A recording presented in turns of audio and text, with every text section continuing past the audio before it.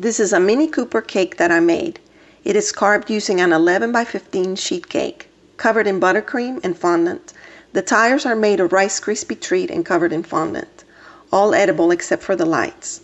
The car sits on a 1/2 inch base that is smaller than the cake board so that the body of the car is not sitting on top of the main board. You start by finding pictures of the car you want to make and size them so that it's the length that you want. It's easier if you have pictures of the sides, back, and top of the car.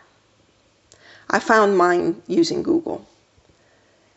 Use your template to cut the board that the car will be sitting on. Cut indentations on the board for the tires. You need to refrigerate your cake layers for at least 20 minutes. The cake will be easier to cut and carve if it's cold. Using your template, cut the layers of your cake. Out of this 11 by 15, I was able to get 2 layers, and I had a little leftover on the bottom. I used that to add to the height of the cake. Stack your layers, adding filling between the layers. Crumb coat it and place in the refrigerator for about 20 minutes. As you can see, I added some of the cake that I had left over to add the height to the car. Using your template and a sharp knife, carve the cake following the outline. I also used a template in the back of the car to get the correct shape.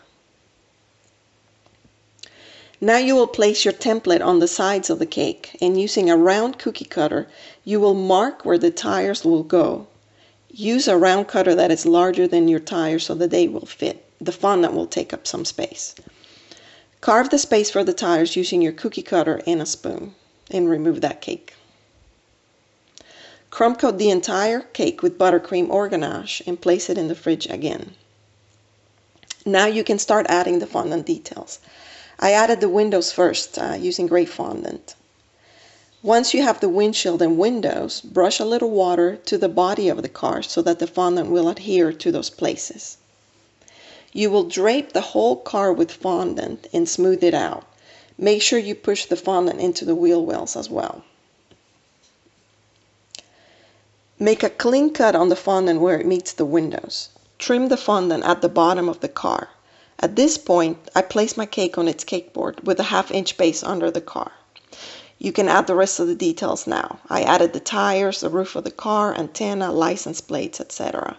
You can use a Dresden tool to make indentations on the fondant as needed. These are the lights I used for the headlights. I covered them with plastic wrap so that they would not come into contact with the cake.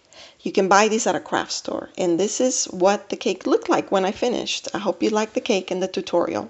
Thanks for watching.